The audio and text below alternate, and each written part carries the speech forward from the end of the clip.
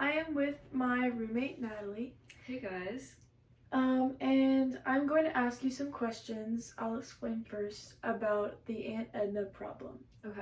So Aunt Edna is like a hypothetical person who believes that an outlier of a certain situation is the whole situation. So, for example, she doesn't swim in the ocean because she could get attacked by a shark, and that's very, very rare. Can you identify the thing that your Aunt Edna in your life would have the most trouble believing? Okay, yeah, so the first person that comes to mind for this is my Uncle Nick. He's very, very, very against the legalization of weed. Sorry, like, y'all don't understand. It's bad. Anyways, he doesn't believe in any of the positives of it, like, whatsoever. He thinks it's very harmful to the person and to the people they're around. And he thinks it's because the people he hears about this from, like, the news that he watches. He only hears negative sides from it, you know, negative situations about the weed from his media source, so. About the weed. Yeah. So, like, can you give some examples of, like, what he thinks? Like, Yeah. situations? No, yeah, so he thinks it's been linked to psychosis and schizophrenia in the past, and he also thinks that it's being widely accessible and very bad for the next generation of kids, and also addiction would be even more mildly spread is what I've heard from him.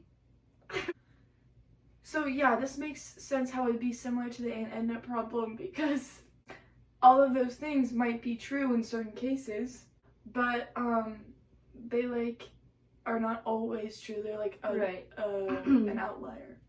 No, yeah. So my next question is to explain why he would struggle to believe this. Like, is it based off of his positionality? Like, it was like your race, class, gender, socialization? Yeah, he's upper class, baby boomer, and he's white. So he was raised to believe that there were severe consequences of smoking weed because it has harmful effects in his eyes. Okay, so like for his like socialization, it would probably be like his like parents were telling him that like it was like really harmful or like dangerous. Yeah, exactly. Which I think is definitely part of their generation.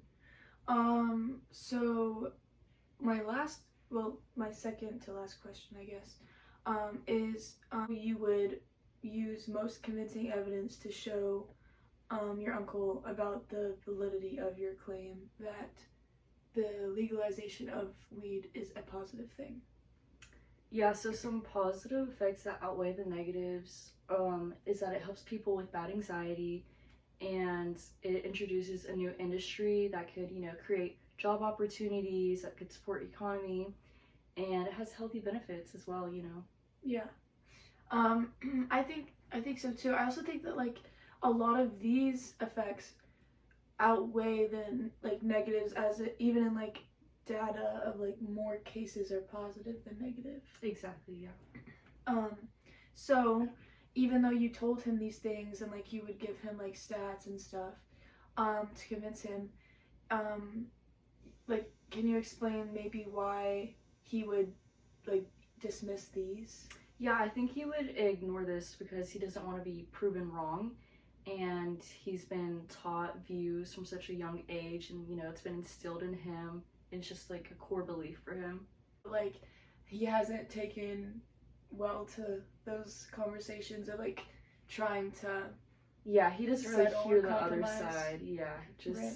He's straight in his beliefs and doesn't see it in any other way. Right. Yeah.